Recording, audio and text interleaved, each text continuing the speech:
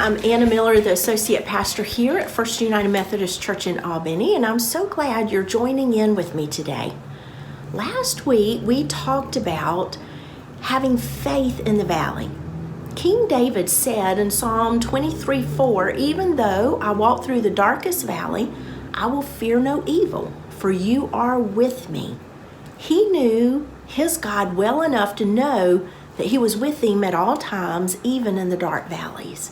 But I want to ask us today, how well do we really know God?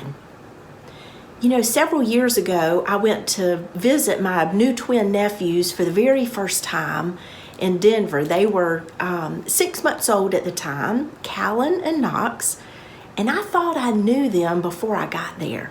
I'd seen pictures. My sister Christy had told me all about them. I'd spent countless hours with them on FaceTime and just talking with them, watching them on video. And I thought I knew all there was to know about them, and that I was finally just going to be able to give them hugs and kisses. Well, pictures and words and live video did not compare to actually being in their presence, to spending time with them. And I got to know them in a completely different way when I was there. But I had to actually be in their presence, to actually spend quite a bit of time with them, to know their time schedule, to know their character, to know how they acted when they were hungry, to know what particular toys they liked to play with. And see, contrary to the pictures where Knox was always smiling, and being in their presence, Callan is the one who is actually all smiles and hugs. Knox is actually a little more intellectual. He's pretty intense, and he's very curious with what toy or book he might be playing with at the time. You see, I really didn't know them until I spent quality time with them.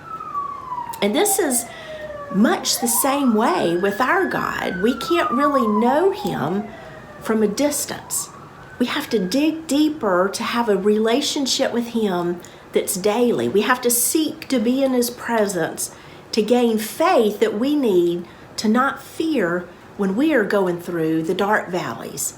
And I want to dig deeper into this today. I want us to look at 1 Peter 6-9. Let's hear what Peter says about the fiery trials in these dark valleys. 1 Peter 1:6-9. He says, "In this you rejoice, even if now for a little while you have had to suffer various trials, and so that the genuineness of your faith, being more precious than gold, that though perishable is tested by fire, may be found the result in praise and glory and honor when Jesus Christ is revealed. Although you have not seen him, you love him. And even though you do not see him now, you believe in him and rejoice with an indescribable and glorious joy, for you are receiving the outcome of your faith, the salvation of your souls." You see, these dark valleys, these fiery trials of our faith actually strengthen our faith. They give us an opportunity for God to perfect our faith, to show that it is strong and pure. And as what Peter says, that strong faith is more precious to God than even gold. And it gives Jesus glory and honor. You see, we may not see God in those dark valleys, but he is there. And knowing this proves the genuineness of our faith, that we love him, even though we don't see him. You see, we are able to rejoice with an indescribable and glorious joy, as Peter says, because the outcome, after all is said and done, is the salvation of our souls. How genuine is our faith, and do we have faith in the valley? I want to share a quote with you, another quote from one of my favorite books by W. Philip Keller, A Shepherd Looks at the 23rd Psalm, and listen to what he says about those valleys. He says, "The simple fact is that just as water can only flow into a ditch or channel or valley, And so the Christian's career.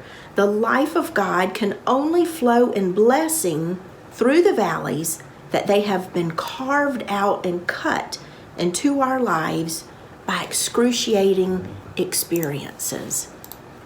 You see, God's grace flows most when in those deep hurts in our life, those excruciating trials that have carved deep valleys in our life, these are how God's grace, like water, flows down from the mountaintop, and they gather around us in those valleys. They settle in around us, and God's grace protects us in those valleys of life.